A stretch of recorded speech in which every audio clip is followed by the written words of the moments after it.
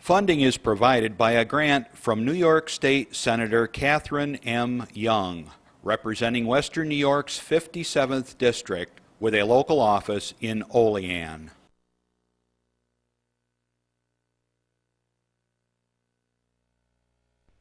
Senior Report is made possible by a grant from Fredonia Place, a continuing care retirement community providing dignity in a modern luxury environment. From the Access Channel 5 television studio in Mayville, it's Senior Report with Reed Powers. Senior Report is broadcast live throughout northern Chautauqua County on Saturday morning from 9 to 10 a.m. each week. Call in and share a thought, make a comment, ask a question, or simply wish someone a happy birthday on Chautauqua County's only live call-in senior program. Since 1995, Reed has been bringing viewers hundreds of interesting guests, informing the community on a variety of subjects. Here's the host of the show, Reed Powers. Good morning, everyone, and welcome to the Senior Report. Today it's a bittersweet day for all of us here at Access 5 in that this is the 965th edition of the Senior Report, and it's going to be the last. We've carried the torch for Reed for the last couple of months until we began to sort out what we were going to do here. And I want to share a little story with you. About 17, 18 years ago, somewhere, just after Reed Powers started the show, we were, I guess it was down at the railway station down at the foot of Mayville Hill here, and they were broadcasting there, and he was playing, on one particular day, he and his wife Jane were playing bridge with my in-laws, Bill and Wilma Molson, at their house. And I happened to walk into the kitchen, and they were playing, and he says, "How'd you like to be on TV?" And I go, "What?" And he said, "Well, you know, you could talk about things at BOCES," and I was an administrator at the time, and I said, "Yeah, sure." Well, the next thing I know, a couple days later, he called me up, and I believe I was a guest on there for a little bit, and I think I was on the show maybe 2 or 3 times as a guest. And then out of the clear blue, he calls me one day and he says, "How'd you like to be the host?" I go, like, what do I know about TV? And I said, "All right, I'll try it out." And so I covered for him once, and then again twice. And then from time to time, Jim Subject and I would take turns filling in for Reed when he was and Jane were on cruises and that.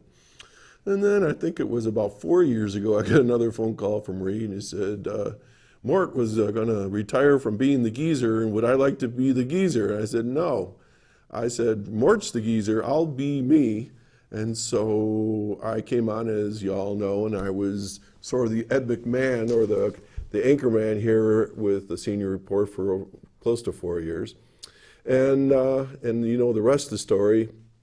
Rita called me about a couple months ago after he took ill, and he said, "The show's yours, John, if you want it." And I said, "All right." And he knew that if I did take over, we were going to tweak it a little bit. The Senior Report is Reed's show, and what you're going to see in the future is something that has been inside of my brain, and things that we've talked about here with the crew, the team here that works together every Saturday morning. And we're going to give you a little teaser again during our break here when we take a little break. But we're going to unfold the whole show next Saturday, July 5th. So with that, I want to officially tell you that the cat food, I don't know how long this cat food has been here, and I don't even know if this is the original can. 9 Lives Daily Essentials, very nice, good tender slices. This is going to go into our time capsule, and I think it's in about 38 years I'll be 100. I plan to come back, and Chris will be here, and Chuck will be here, and we'll get all the crew, and we'll dig it up, and we'll bring a cat in and feed it. I don't know how long cat food will last, but it's going to go into the official archives here, along with anything else that's part of the Senior Report. So That's going to be a standard here, something permanent. People would say, well, what are you going to do with the show? The show that's coming up, starting on Saturday, will be a natural spin-off of the Senior Report. We're still going to have news from all sectors of the community, seniors particularly. Today and in the future, as always, you still can call in. If you have an anniversary, an announcement, you have an opinion on a certain matter, if something's ticking you off and you want to express it in a kindly and civil way, we'll be happy to hear it. If you have a situation that you want to share, something that's really cool, something interesting, or you just want to say hi, this is public access TV. This is your TV. You pay for this through your taxes. And we have an all-volunteer crew here that works together to bring you interesting topics each week and guests and so forth. So anyways, this will be the final edition today. So let's get into what's going on around the county today. And then we've got a guest commentary. We've got a delightful guest that's going to share her opinions on what's going on in the county with me as well. But before that, I wanted to just share some announcements. Let me make sure I've got this right. July 18th, senior picnic at Midway Park from 10 to 2 in the afternoon. $6, chicken barbecue and music and all kinds of games, and it's a great time. Marianne Spanos was here last week and encourages all seniors, if you're interested, to come out. It's been a very popular event for seniors, and as I challenged her, how old is a senior? Because it depends on what restaurant you go to or what agency you deal with, but anyone that's over 60 years old is more than welcome to join.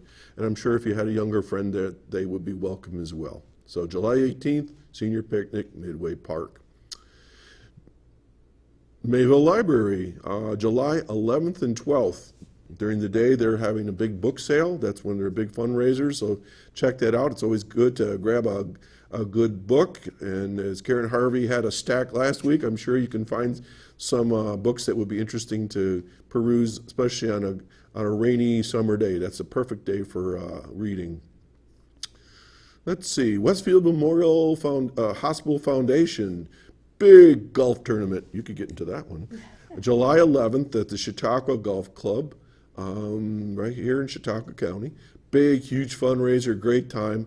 I'll be doing registering and then giving people tickets and selling them stuff. There's a reason for that. Most people don't realize this, but my picture is in all the clubhouse bulletin boards. See this man? He is considered armed and dangerous. Do not allow him on the golf course with anything that resembles a golf club. I don't know. There's some things I do well and some things I don't do well at all. And golfing is just miniature golf, but not the real deal. So anyways, July 11th, if you're interested, call the foundation at the Westfield Memorial Hospital. It's a great time, and it's lots of people come out. All right. Last week we had Sally Keir here, and Marianne and we practiced our Tai Chi. I was talking to my dad after he saw the show, and he was very interested in knowing more about it. Dad's 91. It's okay to tell a guy's age, I found out. That's okay. But excuse me, we went on the internet and found some videos in Tai Chi, and I could see his feet starting moving and his hands starting to form the different positions. And he was very interested because he told me, and I did a little more research, why it's such a important thing for seniors, or anybody for that matter. If you're taking any kind of medication, very often the medication can kind of make you a little off center or just a little bit woozy when you wake up in the morning, hop out of bed and those kinds of things. And things like Tai Chi, yoga, I don't care, anything that you can do to help center yourself and become more body aware is really good for you. So Tai Chi, and I'll be checking in with Dad this week to see how many movements he's working on. I'm going to get back into it as well. This morning, we are working with a skeleton crew here. Our regular cameraman and our regular engineer and a brother are out riding for Roswell, and today's the day. I don't know how many riders. It's like 8,000 people or something. Can you imagine that? 8,000 people on bicycles, but there's 11 different rides you can do, and I'm not sure which one Randy's doing. I'm not sure. Randy's doing a 30-mile river ride, say that 10 times, with Jeff, Jeff Zook and Randy Burt are doing that. And Galen's doing a 42.5-mile race. And then there's a 62-mile race and so forth. Chris, I know we have some pictures, so let's entertain everybody with some of the shots from the guys. And they're going to be calling in. There's Randy. I think he was getting all registered in at the hotel, I guess it was. He's looking kind of squeamish. Oh, all right, this must have been the kickoff ceremony, I think, yesterday. This is a big to-do here. All right, they're going around the stadium there. And then you'll recognize, okay. Okay, there's Galen Zook with the pink hair sticking up through his helmet. He was one of the ambassadors, I think, for the show. Now, where's the best one of all? This is something I got to think about doing sometime. Check that out. Galen looking good. All right, these guys are having a ball. They have been talking about this thing for months. So hopefully I don't know who's going to call in, if it's going to be Jeff or Randy or whatever. Last year, I think it was Randy called in. He was waylaid somewhere. He was about ready to pass out. He didn't realize that it's important to drink when you're riding, and he was getting dehydrated and pretty dizzy. And so some good folks came to his rescue and brought him back to life. So anyways, we're looking forward to hearing from them and hearing a little bit about their experiences. Tomorrow, if you have nothing to do, my partner Bill Jello and I, Doc and Bill, will be performing at Stedman Corners Cafe at 4:30. And if you want just a fun afternoon, early evening, come on over. The food is terrific. We're going to be doing Irish and American folk tunes, and from 4:30 to 7:30, Stedman Corners. Okay, what else we got? Oh yeah, coming up. I'm even dressed for it. I even got my special tie here. 4th of July parade. Chuck Kelsey and the magic of technology has set us up once again. The crew and I are going to be over in front of the Mayville Library. Now, what's the big deal? The big deal is that we're going to be broadcasting the entire parade as long as there's no hurricanes, hailstorms, or lightning strikes anywhere near us, as it was 2 years ago. But we'll be broadcasting the whole parade. It starts at 10 o'clock, and you can be watching it right here on Access 5. Then it's going to be edited a bit and touched up, and then they'll be putting it on YouTube for you to watch over and over and over again and listen to my comical quips and interesting information that Chris provides me about the various floats and people participating. There's some real history to it. I don't know how many years they've been doing it, but it's a long time, and it's one of the, if not the largest, it's close to one of the largest county parades in the state. It's terrific. If you're visiting the area this Friday, July 4th, come down to Mayville. I would recommend bringing a lawn chair and getting down there maybe about 9 o'clock, kind of scope out a piece of real estate along the street. If you have kids, I'll tell you, it's like Halloween there. A lot of the folks are walking by and they're throwing candy and little prizes and things like that. It's a fun day for everybody. Wear that sunscreen though. It does get pretty warm. Okay, let's see what else we got going on here. One thing I was going to mention too, that if you need your hit of the senior report and you're wanting to see some of the shows in the past, Chris Bird has been posting many of the shows on YouTube. And the way you can access is a million different ways. You could just Google Senior Report with Reed Powers. That'll bring it up. But another way you can go to is go to this website. Okay, I'm going to go real slow. It's ac5.weebly.com. So it's ac5weebly.com. And if you go there, I believe we've got 3 or 4 years or more of the senior report up there, and you can, if you want to see a particular guest or you want to go back and see how they did that Tai Chi, you can find it. Oh, there it is. Why am I telling you all these things? I didn't even realize it was there. Thanks, Chris. That's the website you can go to, and you can scan and peruse all the various shows from over the years. Okay, I'm just checking here to see if I've got anything else I wanted to share with you.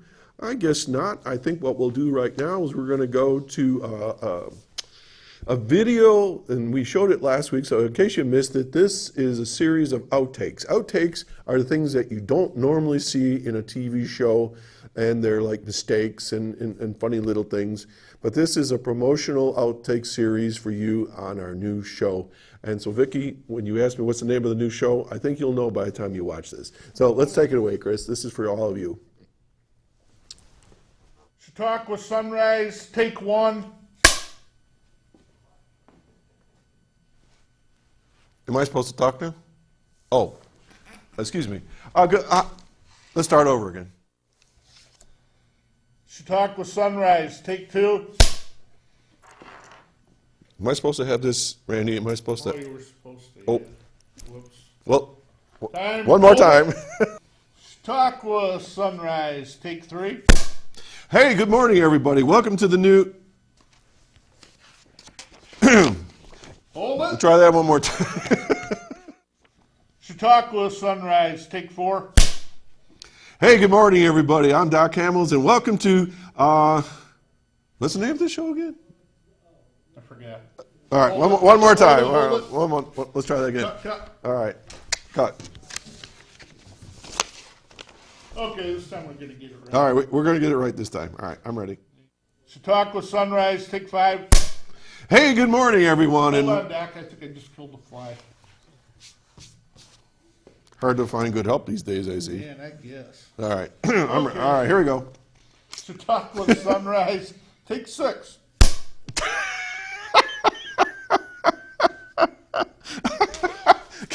Give me a minute to get him composed. Again, Chautauqua Sunrise, take seven. Good morning, everyone, and welcome to Chautauqua Sunrise. I'm Doc Hamels. I'll be your host this morning, and we are very glad to have you here in. Chautauqua Sunrise, take 50. Good morning, everybody. I'm Doc Hamels, and we have a brand new show for you called Chautauqua Sunrise. It'll be televised every Saturday morning from 9 to 10 right here on Access Cable 5. Stay tuned, and we'll see you soon. Chautauqua Sunrise, take 99. Hey, All right. Chautauqua Sunrise, take 199. Good morning, everyone. I'm Doc Hamels, and we have a new show coming up. I'm not going to tell you anything about it, but it's called Chautauqua Sunrise. It's going to be live in Mayville, New York, every Saturday morning from 9 to 10. Stay tuned. That's a wrap. Well, I hope you enjoyed those little silly outtakes. We were having fun with that. So, the name of the show is Chautauqua Sunrise. Chautauqua Sunrise. Okay, I'm so- looking forward to it. Well, right now, folks, we got a pleasure of having Karen Harvey here as our guest commentary. And I have no idea what she's going to talk about, but it's always extremely interesting to me personally because I learn all kinds of new stuff. So, Karen, take it away. Okay. Good morning. Good Chautauqua morning. Sunrise it is. All right. I'm going to talk about dirty electricity this morning. My home was on Burtis Bay, Chautauqua Lake, when I was growing up with my sisters and brother in the 1950s, all the way through the 60s. Actually, I left in the 60s. Burtis Bay is between Celeron and Lakewood on Chautauqua Lake, and it was the place where the ice houses were when they harvested ice to provide refrigeration for people in many different places around the area. They put the ice on the trains and they sent it out.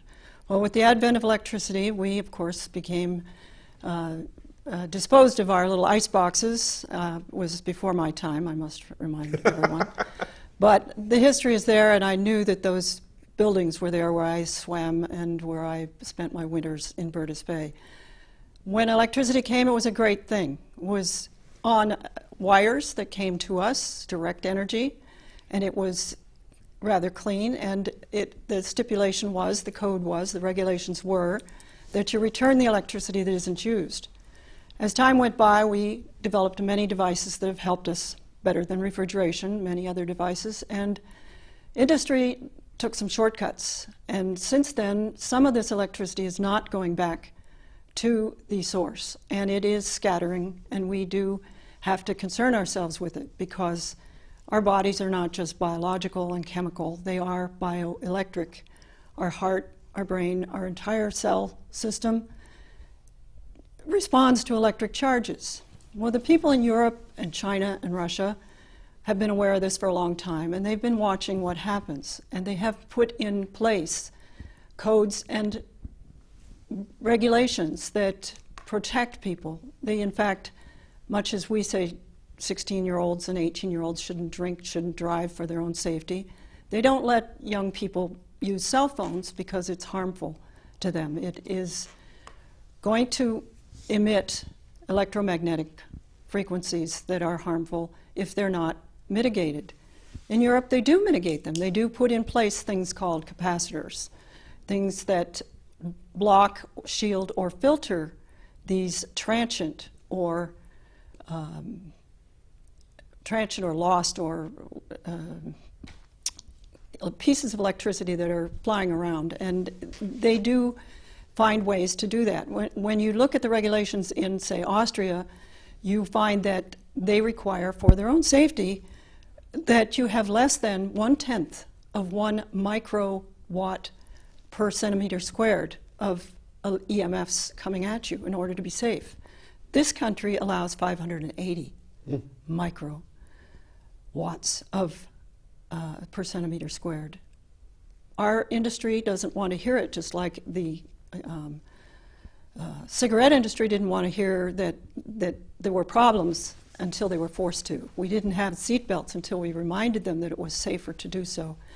So I would like to bring to your attention a book. Unfortunately, I lent it to someone, so I'm giving you a picture of it. It's called Dirty Electricity, Diseases of Civilization. And we love our devices that are in our homes that do have inverters that take that direct energy, that AC, and make it into DC and scatter without protection. We protect them with surge protectors. We protect our devices, but we are not protecting ourselves in this country. And we need to know that there are meters out there, GS meters, that can let us know how much of this EM frequency we are being exposed to. And there are ways and there are products that we can use to protect ourselves. In China, women know so well that they wear protective clothing that reflects electromagnetic frequencies when they're pregnant because it's so damaging to fetuses. We are concerned because if we're not aware of it, and we really aren't unless we read things like this and we look at websites like Magda Havas's, we're not going to know that it's important to put capacitors on, put filters on, and not spend all of our time in front of Wi-Fi. Wi-Fi is not even legal in other countries because in classrooms, I must say that, because the experiments have shown that rats' hippocampus learning tree is permanently damaged when it's exposed to long-term Wi-Fi. Again, it's a book by Dr. Samuel Millam called Dirty Electricity, Electrification, and the Diseases of Civilization. He points out that we have a virtual control group with the Amish. The old order Amish do not get the exposure that we do, and they have very little incidence of attention deficit disorder, autism, Alzheimer's. They don't experience heart arrhythmias that are common in our society now that are unexplained.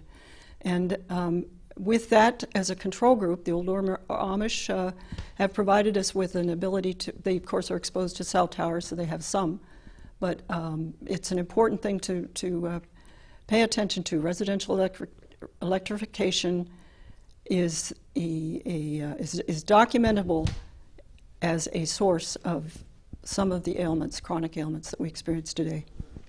Thank you, Doc. You know, I have heard this over the years in many situations that people that live under high power tension lines get headaches. I've heard it's been attributed to some forms of cancer. You know, if you go drive out in the country and you go under some of those things, they're humming. There's something going on, and you can almost feel the vibratory rate of the electricity if you stand just under them. So I agree, there's something going on there. But does this individual give any recommendations what we can do other than limit our use of electrical equipment? Well, direct energy would be the best way. Direct energy, and to get the utility companies to do the right thing, as they've been forced to do in other places. And then filters. You can buy filters, and you can ground your. You don't have to have Wi-Fi. You can go direct. You don't. You know, or turn it off at night. It helps a lot. You'll sleep a lot better, because it does cause interrupted sleep. You know, your sleep problems. But the companies that, one is Siemens. It sells an Echo DECT phone. The DECT phone is the very worst because it's 100% of the time, whereas your cell phone only emits when you're transmitting, when you're calling. And there are different kinds of radio frequencies, various levels.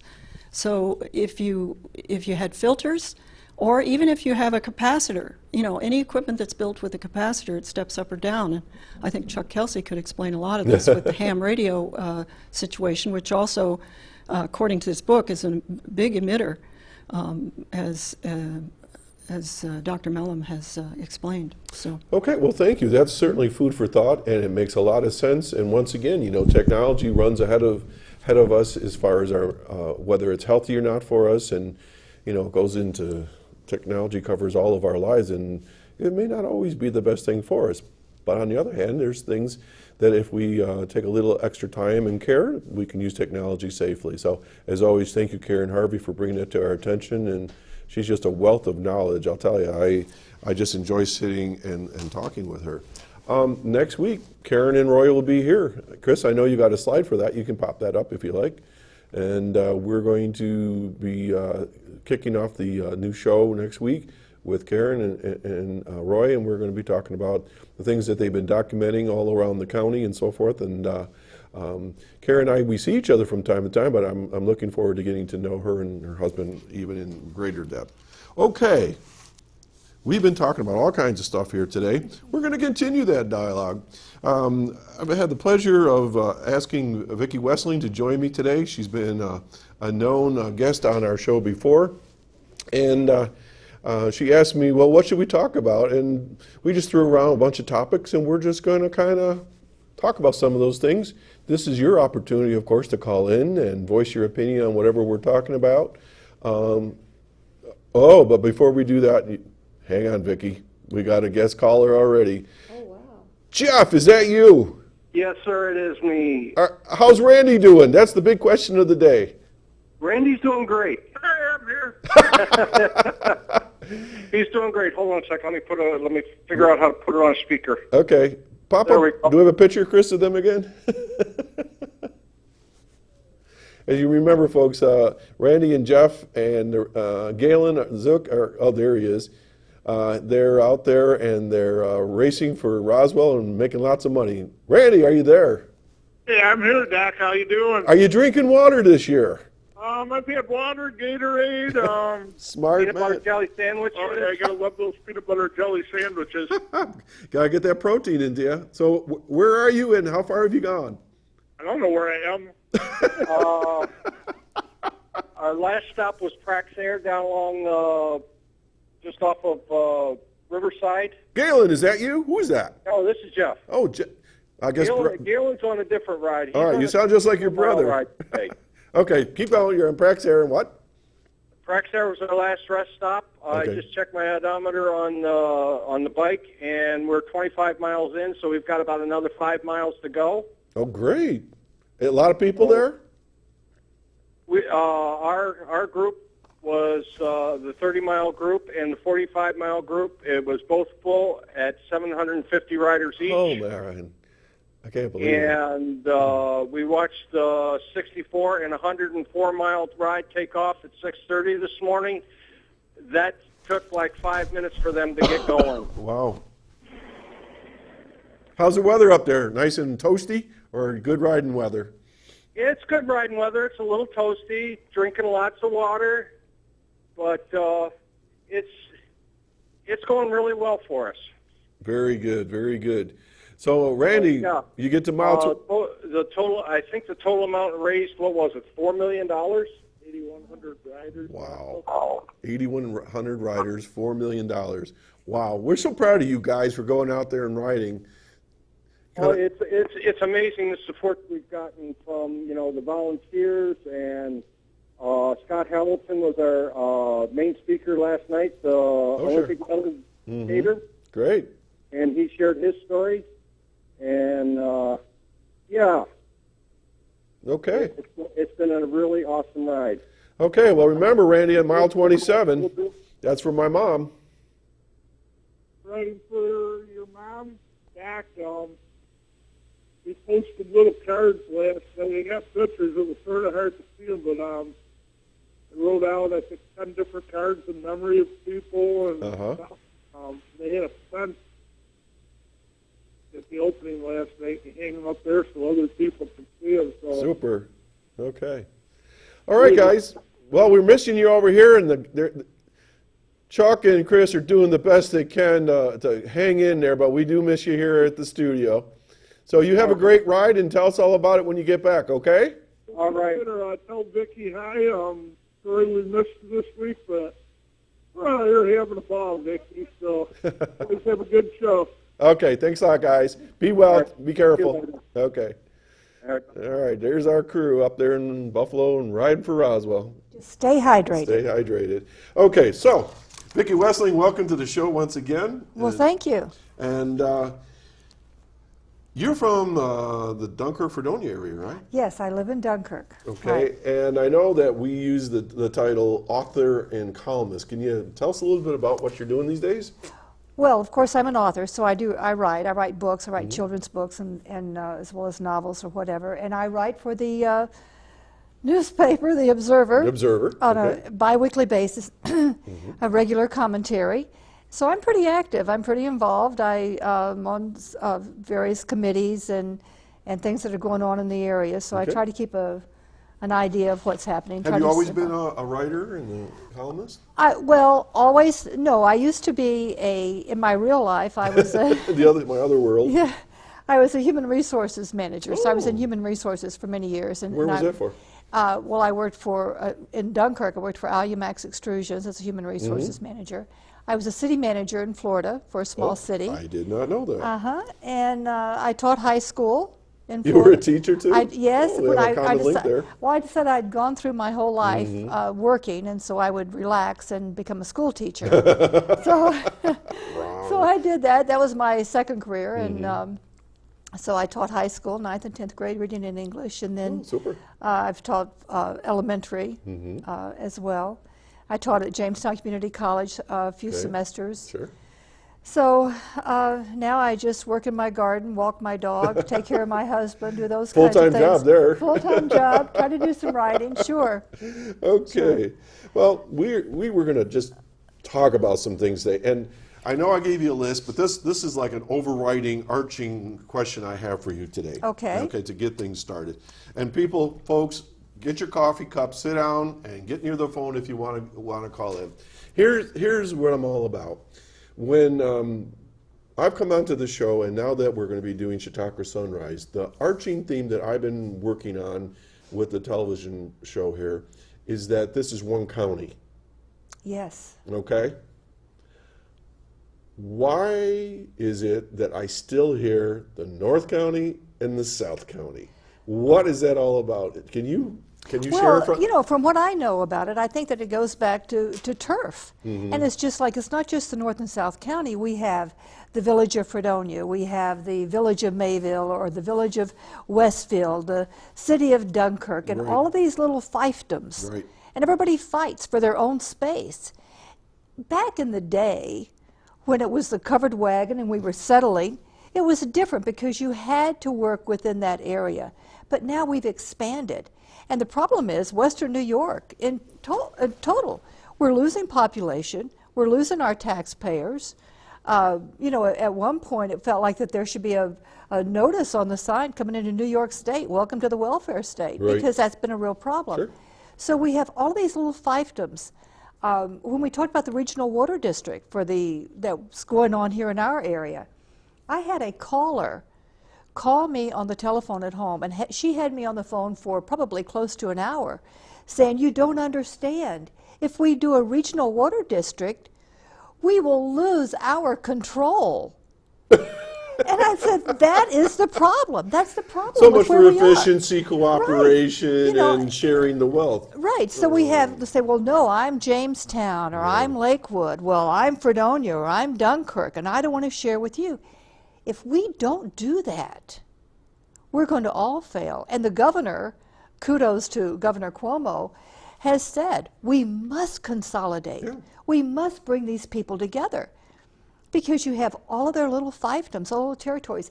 I talked with the fire chiefs in the city and the various members of the town boards and city councils a few months back about consolidating the fire and police department in the municipal area, in the Dunkirk, Fredonia, that area. And they all said, we think it's a great idea, but it'll never happen. Good luck, yeah. And look what's happened here. With, we've seen the benefits of Ripley and Chautauqua Lake schools. It's been phenomenal. Merging. Yeah. That's great. Yeah. But look what's happening in Brockton. I mean, the people in Brockton need to get a grip on what's going on. You're not going to preserve that little entity because you're not going to have the tax base to support it. Years ago, So- I used to tell people, because I was not only the president of the school board in Ripley, but I then was superintendent, and I would say to all my neighbors, all my colleagues, look at us. 5 years, it'll be you. And now many of the small districts, they're dying on the vine. Well, look at how many school districts we have in this area. I mean, when we There's come a- down yeah. to, there are like 21, I think, different school districts in the area. In the region, yeah. In the region. Cattaraugus County as well, Yeah. there's like 17, 18. And it's Chicago. crazy. Yeah. And I was talking with somebody the other day, and I said, well, we've got Pine Valley, we have South Dayton, we have all these little areas. Why don't we come together? Cassadaga. Sure. Why aren't we doing things? And they said, well, you don't understand. If we do that, our kids might have to ride on the bus for 30 minutes. Oh, well. Yeah. I mean, I don't know about you, but. Yeah, I know. And one of the other issues is that the laws for merging municipalities, school districts are so archaic. Yes. They are cumbersome, and people say to me all the time, well, why aren't they doing it? I go, have you done the research? Have you looked and see what is the issue? And then you say, well, I want to do that locally. Well, then the people downstate say, oh, no, you can't change the laws because that would drive all of our school districts crazy and so forth. So it's a real chase your tail kind of a thing. I don't know if you know that I have a column of my own that comes out monthly in the Post Journal with the Silver magazine. Do you know what the title of my column is? No, I don't. Well, you're North County, right? Right, I'm North County. And then all my buddies down in Jamestown are from South County, and my title of my column is From Out of the West. I go, I live in Ripley. I'm in West County. What about us guys? You never hear about everybody along the lakeshore and that sort of thing. And so 135,000 people in a beautiful county like ours, and we're all segmented. Get a grip, people. Let's get this thing organized. Well, let me give you an example. We had a situation because Dunkirk we have the lakefront, we have Erie, Lake Erie beautiful. there. And I think it was 2 years ago, we had a person from Fredonia who sits on their board say, we shouldn't contribute to the fireworks because it's in Dunkirk. I mean, come on. I never know when I'm in insane. Fredonia and when I'm in Dunkirk because the line just blurs. It's like one big community to me. I don't understand and it. that's, when I drove down, you come through Barcelona and Ripley Yeah, and yeah. Westfield, and they're beautiful. They're beautiful areas. But how long can we sustain that? Yeah, How yeah. long can you do it? You have the tax bases, and look what's happening in Forestville. Oh my gosh, yes, they got they're bailed out there, celebrating- yeah. Well, yeah, they're celebrating that they don't have a 445% tax increase. Well, what do they have? 120 or 112? I mean, this is nuts. Yeah. We just can't afford it. There's And- better ways to do things and get reorganized. Okay, well, I just wanted to fire that off because that's kind of the theme of the show, and the theme of what I'm about is trying to, bring folks together and stop this north, south, east, west kind of nonsense. And Well, and I think Vince Horrigan, our county executive, is doing a good job Yeah. in that area. I really have to say that. I mean, he is really doing some things to pull everything together. We're one county, Right. and I think that he's singing your song. We're one he's county. walking that walk and talking it. We had the debates here last October, and that was definitely one of his themes. And I watch every Monday morning. I don't know if you get the memo from the county executive's office, but in there he's pushing those kinds of elements into the county government Right. and bringing people together. But let's jump around here a little Okay. bit. Since you are from up in that part of the county. Well, if you're Okay. west, I must be east. Okay. Oh, let's not go there. My wife and I have this constant argument about where the lake is, and she's trying to tell me it's north, and I grew up in Buffalo where it was west, and so it's confusing to me to this day after all these years. But we won't go there. But from where you live, there's some things that's been going on that have been troubling to the county as far as workforce development and loss of jobs and so forth. And then we had Karen talking about power and energy. So what's going on, let's say, with the carriage house and then the power plant? What do you have to report in on? What's Okay, going on? well, with the carriage house, of course, we have a possibility of losing over 400 employees, Now, 400 workers. what's the drop dead deadline on that? I thought they were done. No, they have to phase out. They have to go Okay. through a phase-out stage. And, of course, when they put in the warrant, when they notified everyone, the Worker Adjustment Retraining Notification Act, when they notified everyone that they were going to close and they were going to pull out, you have so many days then to begin the layoff process. So I think the first round of layoffs are going to be in October, if my memory is right, and I might be off a little bit, but I think it's October the first rounds are going to layoffs will really begin. And they will just continue that until they have to phase it out. And I think the last ones to go will be those who will be doing the maintenance and that part of it. Button things up. Now, when I spoke with Vince Horgan the other day, he told me that, of course, it's listed. The property is listed now with the real estate. Wow. So there's a realtor. They're actively marketing. So it's possible the somebody property. could come in and buy the place. Absolutely, and the county executive and the economic development people, the IDA, they're all working together to find a buyer who will come in and not only buy the property, but who will be able to have rehire those employees. So that would be a good thing. The equipment that's there, that's another story, because ConAgra has all kinds of plants throughout the country.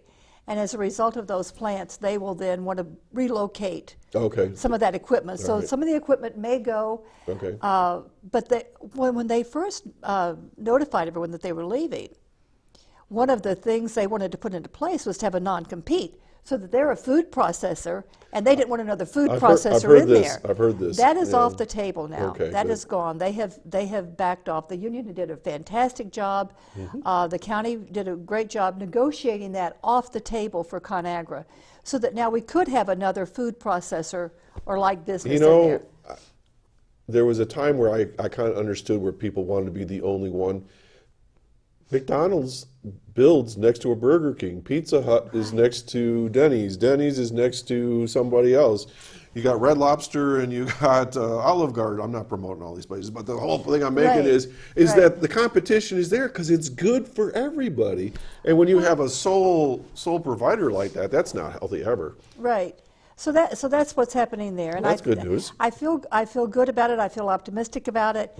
We have a lot of activity, not only from our local, the mayor and Stephen Keefe in Fredonia, and then of course we've got the county working.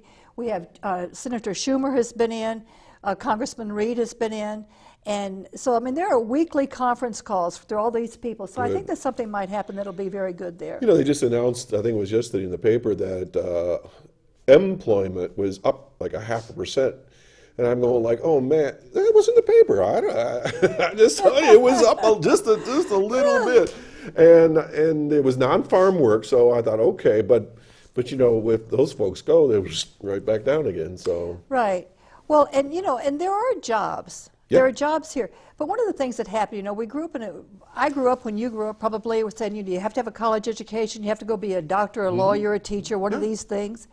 Well, we need electricians and plumbers and carpenters and tradespeople. And so that's where it needs to go. And there are jobs. I think I've talked about this on the show before. I used to call it the white collar lie. I used to go on the radio. I used to go wherever.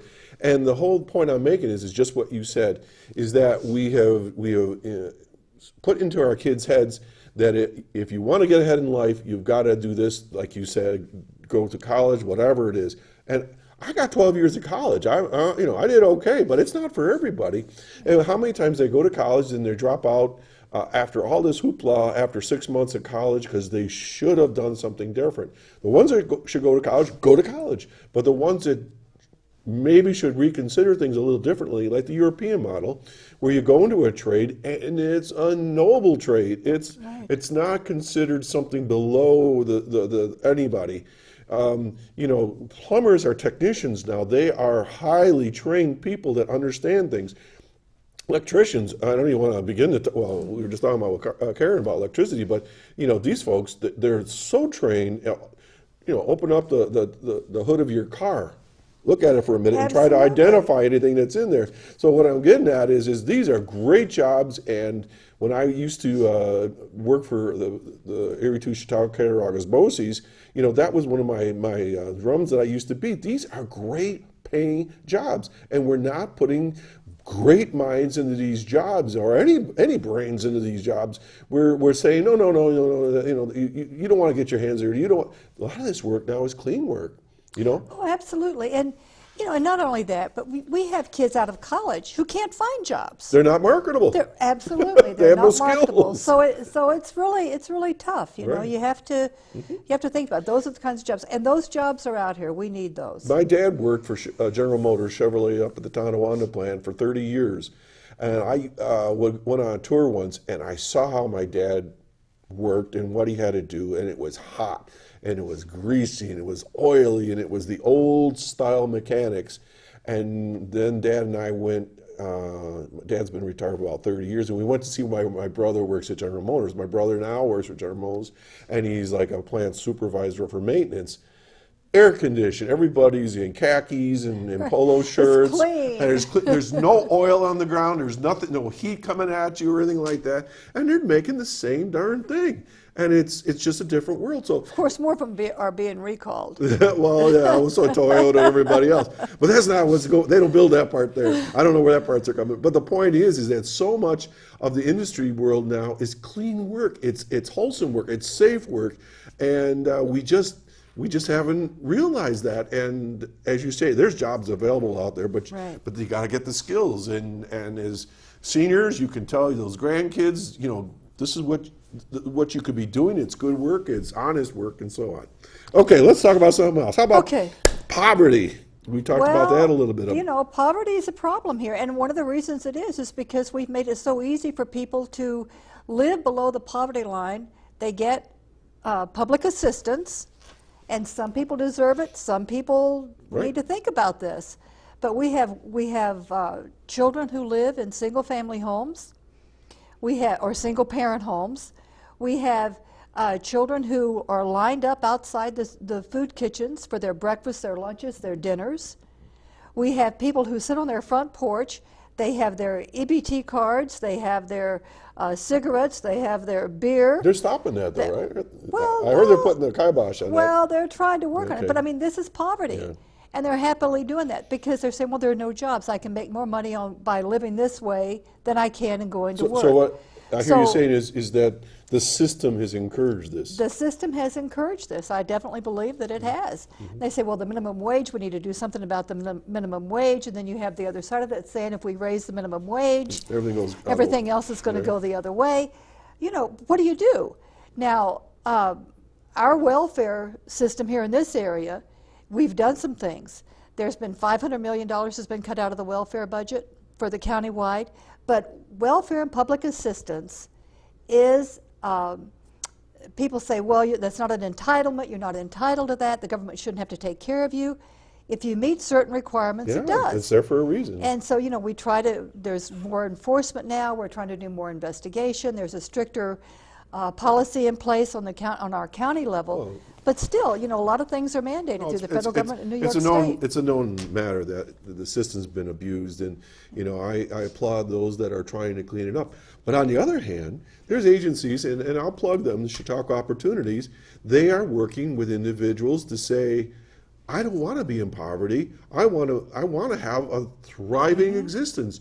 And so there are agencies out there, folks, that will help you. And if you contact them, they will steer you into job training. They'll help you do financial planning.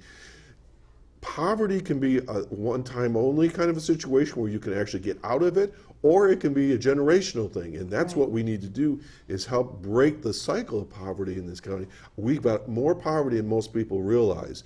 And when I was a superintendent, when we would look at our statistics for free and reduced lunch, I know it's going to sound hard to believe, and this is just not, it wasn't Ripley, but 7, 8 years ago, it was 60% of our children. Oh, absolutely. And some of the districts nearby, they were approaching 48, 50% and so forth. That means 1 out of every 2 kids needs a free and reduced lunch in Chautauqua County and many areas. And I know of some other places that the number probably is higher yet. Right. And, well, I'm sure in Dunkirk it's higher, and Sure. it's really unfortunate. We have to take care of the children. We want to take care of the children, but what do you do? Right. What do you do? And so the stricter enforcement, I think, is something that we have to do. The retraining, getting people trained to do other kinds of jobs. Those things are important. It's just really tough, and we have to be vigilant. We have to stay on target with these kinds of things. And drugs. I mean, drugs are rampant. I mean, look at this. We have arrests. If you read the paper, and I don't care if it's the Observer or the Buffalo News or the Post-Journal, whatever it might be, all of these drug arrests. And they're not just marijuana. I mean, these are cocaine and heroin and prescription drugs. And it's bad. And it's when you have drugs, it's going to breed poverty. I really believe it. Well, and I agree with you to a great degree that we just had this talk about this at home the other day, and we were talking about, let's talk about drugs. What's the whole deal about this? Well, you think, well, why are people using drugs to start with? I guess I was talking with my dad about this now that I think about it. And so someone starts to use drugs, and we all know you get hooked on certain kinds of drugs. Now you have an appetite for this drug. Now you have to find a means to subsidize that habit. Either you do it out of what your work, or you find illegal means to secure the drugs. But it's sort of like, why am I spending money on heroin, marijuana, whatever, even alcohol to great, large quantities, people that binge and stuff like that. I mean, I'm talking about abusive situations here now. And so we're talking about just the whole economy, how it's being eroded by this whole thing. And then, all right, so then we got agencies that we've got to now set up and pay for to get people off of drugs, and then all of our insurance rates and the medications. Well, and it's like, what are we doing? This place is getting crazy. But it's a learned behavior. Yeah. It's a learned behavior. When you see your parent going to church every Sunday, you're going to go to church every Sunday. I had and I've told this story over and over. I had a 2nd grade student tell me he was having a bad day, and he said, "Mrs. Westling, I'm going to go home and put a needle in my arm." And I said, "Honey, why would you do that?" And he said, "Well, my mommy's boyfriend does it, and it makes him feel good." That is the mindset. That's what's going on. Right. I saw a little 5th grade girl who was pregnant. 5th grade. That's hard to believe. This is the kind of life that that some of these children are living in. So if they grow up this way, I mean, I grew up one way, you grew up another way, but if you grow up with drugs, with knowing that sitting on the front porch and smoking cigarettes and drinking beer and not working. Right. I had a little boy say, "Well, my money, I've got to go home and go to the mailbox and see if my mommy's check is there." "Oh, does your mommy work?" "Oh, no, she gets a check every month." Right. I mean, this is the way they grow up. This is their mindset. So it does become generational. Okay, we have a phone call. Good morning, caller. Hey, Doc. Randy again. I made it to the next rest stop. I just want to thank everybody for being fans of Senior Report. I know today's the last show, and you've done a good job. I think we're going to have some fun starting next week. Okay. I'm almost back. And you're still... They have another peanut butter jelly sandwich. They're so good. Okay, Randy, you take care. Just congratulations. Bye. Okay, take care. We could do this all day, couldn't we? I guess so. And it's not that I feel have any kind of bias or against people who are poor or in drugs. I think we just have to find a way to help them get out of it. Right, and like I said, there are agencies out there, and again, the abuse. It's where you see people that darn well that have enough ability, they're just not doing anything about it. So, this reminds me when we were in Vegas with all the panhandlers out there. It's a beautiful city. It's all kinds of entertainment, and everywhere you go, there's somebody sitting with a cup, you know, trying to get money. And we talked to some of the folks over there, and we said, well, what's the deal here? And they said, this is lucrative business. They make $100,000 a year just sitting there saying, I'm destitute or whatever. You know, let's get the as you say, the services for those that truly need it, and for those, let's find ways to get them working and so forth. And I know it's complicated, but let's just keep at it and keep at it and keep at it. And like you said, I think folks like Vince, they've got the mindset. And well, I think he's doing a great job, and he's really interested in our area and tourism and the drugs, and he's really on top of it. I feel very good about having him there. Okay, let's talk about the power plant. Well, the power what's plant, going on up there? Well, of course, the PSC is finally, everything's been approved, so now we can start with the gas-generated smokestack. It will no longer be a smokestack, but the generation as far as the gas goes. So that's happened. That's a good thing. That's going to take a while. It's not going to happen overnight. Is this going to create jobs? Or keep jobs, or how's that going to work? It will create jobs. How long they last will be another story, because like anything else, you know, technology is coming into place. Of course, could end up but the downsizing. gas lines have to be built. Everything has to be brought in. So there will be the work behind the scenes. There will be work behind the scenes. It's going to take a while to have it happen. It will provide cleaner electricity for us. I found it interesting. She was talking about the China and what China's doing to protect the people from the electronic emissions that come at them. But look at the smog there, because they're coal burning, all the coal. And so, it's like, what do you do? But yes, NRG is going to be a good thing. We have to continue to look for renewable energy sources. And of course, wind power is a source. It's expensive. It costs a lot of money. It makes a lot of noise. People don't like it because it hurts the birds. You have solar energy, but the sun doesn't shine all the time, and we're a long way away from that because of the storage. You have to be able to store it. So the gas generation right now, using natural gas, is probably the safer way to go, the better way to go, the cleaner way to go. It's just getting it here, which brings up the hydraulic fracturing. Right. Oh, gosh. What do we do with that? Right. You know, we are a farming and area. We have grapes. We have the lake. We have the water resources. Do we really want to take a chance of having those polluted? I mean, I just don't think we know enough about hydraulic fracturing. We just don't know enough about it. And I think that many people in the county right now, and I know there's people that are strong supporters of that, but I think fracking right now is still one of those, let's study this a little more yet before we... I mean, the idea sounds like, wow, that would be great, there'd be money, but you know, there's another side to it, and we have to protect our environment that we live in. Well, I do know that the solar power seems to be kind of stepping up a little bit. My brother has 21 panels on his house, and he actually is just about even, you know, and doing real well. You know, we've been sitting here and we've been talking, and we've only got 1 minute and 58 seconds left.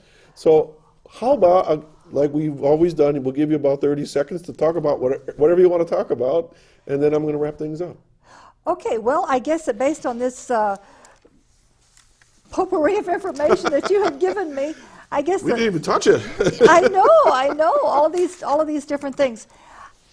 I think probably if there were any message that I would want to get out there to the individuals, to the people watching the show, get involved. Absolutely.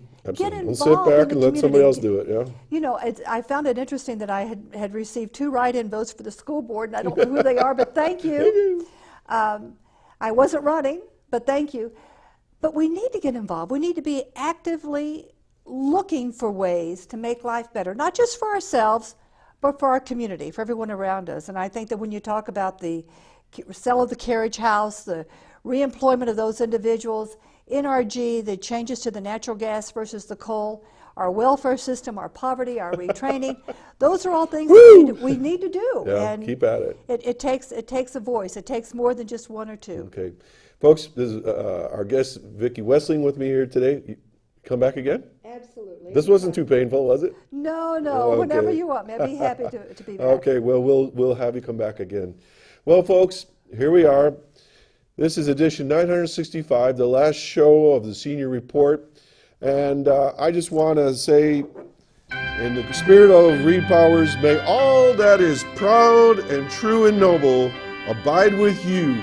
I'm Doc Hamels, sitting in for Reed Powers. Have a wonderful week. Happy 4th of July. Get out there and celebrate our nation's history. Have a cookout and be safe.